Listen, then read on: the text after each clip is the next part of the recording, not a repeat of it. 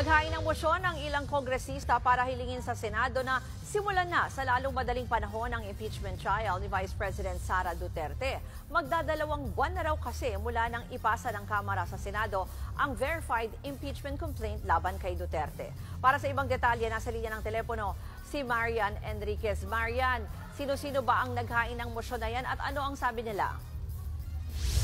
Yes, Ruth, pinangunahan nga ni House Minority Leader at 4Ps Party List Representative Nonoy Libanan ang hanay ng House Prosecutors sa paghahain ng motion kay Senate President Chis Escudero.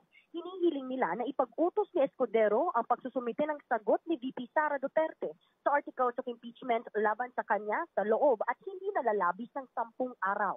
Tinanggap ng Senado ang motion ngayong Martes ng umaga. Kasama ni Libanan sa paghahain ng entry with motion to issue summons sa Senado ang kasamahang prosecutor na si One Rider Party List Representative Rog Gutierrez, Deputy Majority Leader Paulo Ortega at Assistant Majority Leader Jay Conghun.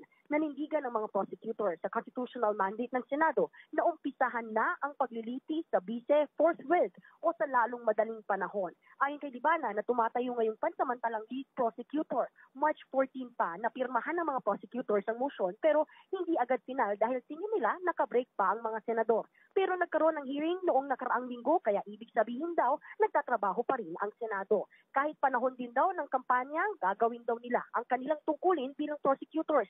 Kaya din daw sana ang panawagan nila sa Senado. Magdadalawang buwan na nga o February 5 pa nang isinumite ng Kamara sa Senado ang verified impeachment complaint laban kay VP Sara Duterte. Kasalukuyang nasa The Hague sa Netherlands si VP Sara kasama ang kanyang amang si dating Pangulong Rodrigo Duterte na nakaharap sa crimes against humanity sa reklamo sa International Criminal Court. Ruth?